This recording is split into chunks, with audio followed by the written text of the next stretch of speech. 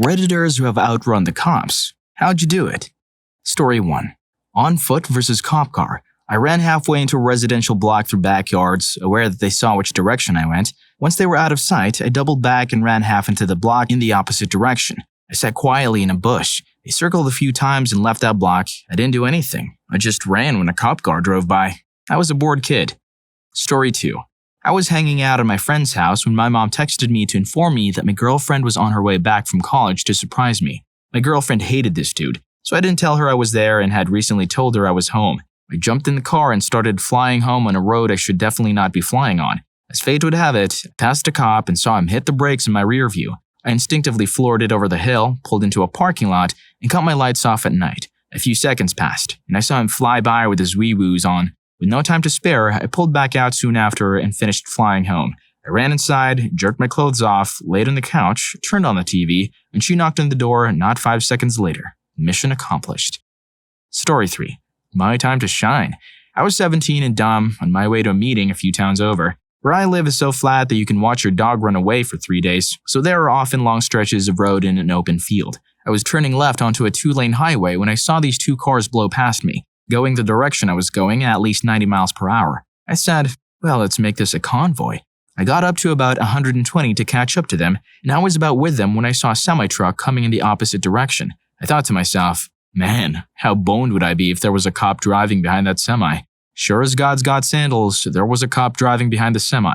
The first 2 cars passed, and I just saw his lights come on as I passed him. I thought, oh shoot, reckless op, jail, I'm going to lose my license. I'm screwed.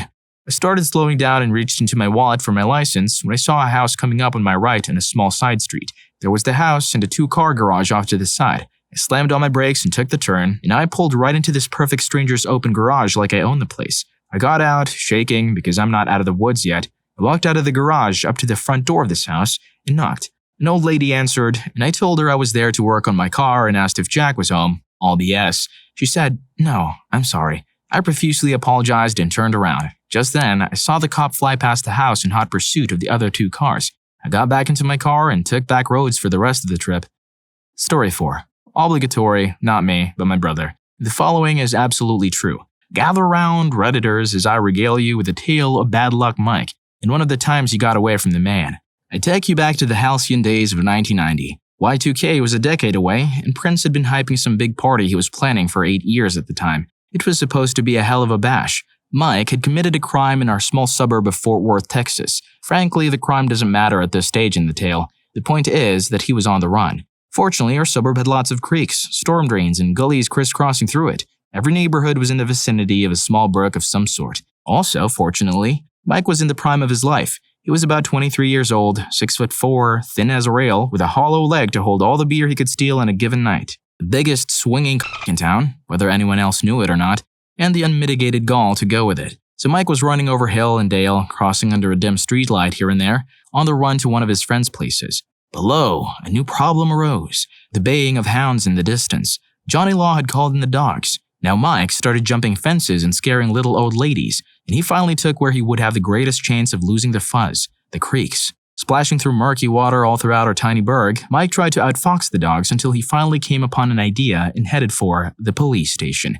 Now I know what you're thinking. Why in the hell would you go kick the beehive while the bees are already on the hunt for you?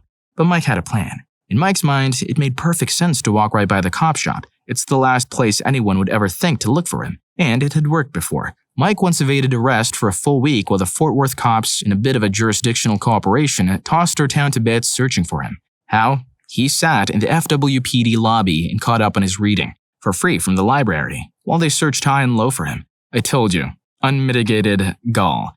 So Mike finally came upon the police station and he sat back in a copse of trees, making sure the coast was clear. It was covered in mud and muck, all manners of nastiness, and by the sound of things, the dogs were getting closer. With a heart in his throat, there was always the chance he would get seen by someone who was in the wrong place at the wrong time. Mike walked right by the PD and across the street, to the little laundromat where we washed our clothes every week. At the time in our town, pretty much all activities stopped around 8 p.m. on the main drag. It was common to leave your front door unlocked and the keys in your car. There just wasn't that much crime. So, of course, there were no cameras to see Mike kick open the door of the laundromat, close it again behind him, and strip down to his aforementioned swinging dong. Using the change in his pockets, Mike washed and dried his clothes and gave himself a decent scrub in the laundromat restroom sink. An hour later, he was walking down the street, minding his own business. Presently, flashing lights behind him caused him to look back quizzically and give the universal hand gesture that says, "What did I do?" An incredibly corpulent cop jumped out of the vehicle, looking like he had a few too many liters of cola, and with his light in Mike's face said, "I caught you!" Mike made another universally understood gesture, palms up, facing away from him, worry and innocence etched on his face. "Whoa, Ed, what's up? I'm just going over to so-and-so's house. I'm not doing anything." Of course, Mike knew the cop. He knew all the cops. Everyone did. They all had been in their house at some point in their careers, and it was well known that Mike made a cop's career interesting, starting at the age of 15 when he had become a priest for a few hours to pull a truck heist. But that's a tale for another day, gentle Redditors. Ed knew he had been chasing Mike for the past hour, and Mike knew it too. But Mike wasn't about to let Ed get a collar on him.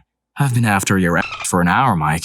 I've been chasing you through the mud, and goddammit, I got you."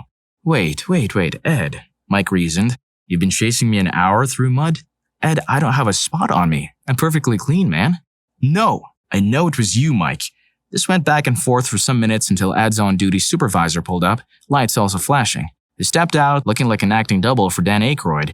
"Okay, Mike, why are you giving us a hard time? Ed caught you. Let's go."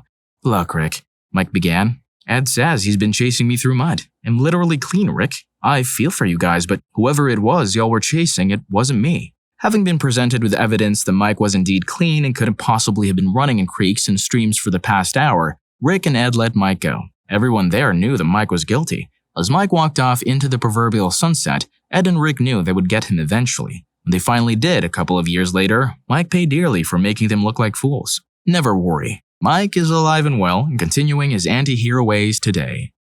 Story 5. When I was about 14, there was a local store owner who treated kids poorly. As a result, kids started egging his business. One night, my overweight friend and I decided it was our turn to egg his place. Unfortunately, that was the night he and his friends decided to hide in the store to catch any eggers. As soon as I let my first egg fly, they busted out the door after us.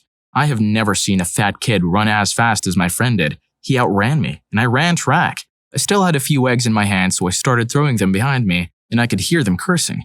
I'd like to think that it slowed them down from catching us, but in reality, a bunch of 30-year-old overweight beer-drinking stoners weren't going to catch two 14-year-old boys that were scared and running on pure adrenaline. We put distance between us and them quickly. So here it was, 1 a.m. in a small town. At this point, we were about 10 blocks from the place we egged. We were on the business side of the streets, and I wanted to cross the road, so we were on the house's side, where it would be a lot harder for the police to catch us. After hiding in some bushes for a bit and looking to make sure the coast was clear, we made our move. No sooner than we hit the street, we saw a cop car about 5 blocks up, driving from one street to the next, with a direct line from the police officer's view looking right at us. Suddenly, we heard the screech of his tires as he shot past us, and the sound of the car being revved up in reverse, but by this time, we were hopping back fences and covering blocks and blocks in a matter of minutes. At this point, I'd say we were on the run for about 30 minutes. We wound up going 10 blocks in basically a C pattern, hopping fences and crossing yards, and we wound up by a house that had a huge weeping willow in front of it, with a direct view of the store we egged. We could see police lights, but the tree was so big we couldn't see past it, but it was the perfect place to hide under to see what was going on. We went under it, and we were probably about 7 blocks away, and took a look. I kid you not. There were over a dozen police cars and a helicopter circling the area. Eventually, we made our way back to my friend's house, where we tried to come up with an alibi. We settled on saying we were watching a movie all night. The next day at school, everyone was talking about the police chase, and my friend and I were able to add to the conversation without getting caught. It was a close call, but we learned our lesson and never egged anything again. There were a lot of police cars there. This was before the small town I lived in turned to a mess, so the police routinely had nothing to do back then. I have drawn this handy map in ink and paint for those trying to get an idea of where we were. My friend was like, "Holy, look at all those police cars. We're screwed." Meanwhile, I was saying out loud, "I can't believe there are this many police cars over one egg." My friend was panicking, and I was actually pissed that they were making such a big deal out of it. So he says, "Let's just turn ourselves in." And I was like, "No way. If they were going to make this such a big deal, I felt it was the principle that we make it back to his house and get away, even if it was just for that night." I said, "All we have to do is go up like 5 more blocks until we're out of sight of the police, and then cut across until we're so far away they wouldn't even think we made it that far. I don't know any of that area. I'm not getting bit by some dog going through backyards." I said, "Damn, we already cut through like 20 backyards, and I'm pretty sure a dog is going to bark before we even get over a fence." I told him he could turn himself in, but I'm making a break for it. He decided to stay with me, so it took us another hour of quietly sneaking through backyards until we were enough distance away we felt we could cross the main street where all the cops drove to make it back to his place. I considered it a personal victory that we outran half of the police force in our town to make it back to his place.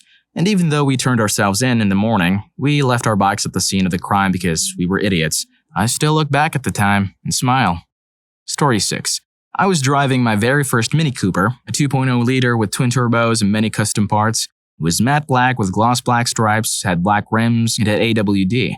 I was racing on Storrow Drive in Boston when I was blasted by a Stady doing at least 120. I was half the mass and could handle circles around him. I changed jurisdictions and took the BU Bridge heading through Alliston to the Brighton-Cambridge line, and I saw a 4-bay mom-and-pop car wash. I could hear the sirens getting louder, so we J-turned in, jumped up, and pulled the gate down. Lucky for us, it was tended to by a 16-year-old kid we found as we rolled around back. I handed him $100 and told him to pull the other garage door down and mark this bay out of order with a sign. If the car was still there upon our short return, I'd give him more money. We went to the bar across the street, had some wings and beers, watched the last 4 innings of a Sox game, and brought the kids some hot wings, a Mountain Dew, and $200 cash upon our return. I drove the car home with no issues and got off scot-free. Story 7. I worked late at a store when I was in my 20s. When I left, I went tearing up the road behind the store. It was curvy, and since it was after midnight, there was no traffic. I had a sporty car and was banging through gears as fast as I could. It was a lot of fun. Unbeknownst to me, there was a sheriff's squad car sitting at a bank drive-thru under the awning. I didn't see him until I passed him, and it was too late. So I just kept the throttle mashed and raced up the road. At the time, I was living in an apartment complex only about a quarter of the way up the road from where I passed the cop. I glanced in my mirror and noticed the squad coming up the road after me, but without emergency lights on. I had a really good lead on him. Turned into the driveway from my apartment complex and hit the button for the underground parking garage. The door opened and I scooted inside and parked. Then I watched as the door closed all the way. The best part was when I got out of my car and walked into the lobby. Through the glass doors, I saw the sheriff's squad. The entryway was locked, you had to buzz to get in. There were about 50 apartments and my car was underground. It was never close enough to get my plate. There was almost no way this cop could figure out who I was or what specific apartment I lived in. So I waved to him and smiled. The look of frustration and defeat in his face was priceless. The elevator door opened, and for all practical purposes, I disappeared before his eyes. Story 8. I don't know if this counts, but my friends and I were busted for being 19 and 20 and drinking at a party. Everyone ran, but I hid. They never found me. I spent an entire 7 hours pretzeling in a woven basket in a closet, wide awake and slowly sobering. The scariest part was when they started searching the closet right after the bust. The cop moved clothes from above my head to reveal my hair, but still didn't see me. Good times. Story 9. The only person I've ever known to outrun a cop was in a fast dirt bike, a Honda XR 500, in a small town with lots of dirt trails, also in the 80s. This was pretty common in my town as a kid. We would ride our dirt bikes across the fields and hills to get to town, but then we would have to ride on the streets to get to the gas station. It was only a few blocks, but it was risky when the cops saw us. I was only about 11 years old when I first outran a cop on my dirt bike. I hit the trails and lost him on his big 1970s cruiser. I got caught once because the cop knew where I lived. I rode the trails while he took the streets, and he got to my house just seconds after I pulled into my garage and closed the door. The doorbell rang and I answered it while trying to look calm, but he knew. He just gave me a lecture about staying off the streets. And that was it. I did it a few more times on street bikes when I got older, because I knew all the back roads and could easily outmaneuver and accelerate them. Of course, the price of getting caught was much more severe for a 20-something. Probably the best trick I used to outmaneuver a cop was stopping. I was racing a truck and noticed the cop's lights behind us. I also saw the traffic light in front of us about to turn red. Since I was even with the truck to my left, I signaled her that there was a cop behind us and made the hand signal to go, go, go, as in to run the red light. So she did. I stopped at the light and watched the cop past me while he continued to chase the girl in the truck. I waited until they were out of sight, made a U-turn, and went home. Story 10. Running into the woods from a bonfire party I knew from previously running into the woods where the barbed wire fence was and how to get through it. The cop in the dark did not. He was 15 feet behind me, and 100 feet behind me real fast. It wasn't worth giving me the MIP, so he turned back after that. Yeehaw! If he had seen my face, I wouldn't have run. With my car, among everyone else's sitting there, I would have felt too paranoid driving later. Story 11. On my way to a concert in a motorcycle, I was kind of racing another bike up the highway. We went past a state trooper at about 100 miles per hour, and I jumped off at the correct exit for the concert. I was able to get past the line of traffic into the event and scoot around a gate that was closed by riding on the footpath. I made my way to an area where there were literally hundreds of bikes. I ditched my helmet, removed my jacket, and sat on a picnic table while they went around and around looking for me. So not so much outran, but outplayed. Thankfully, they never got close enough to read my plate.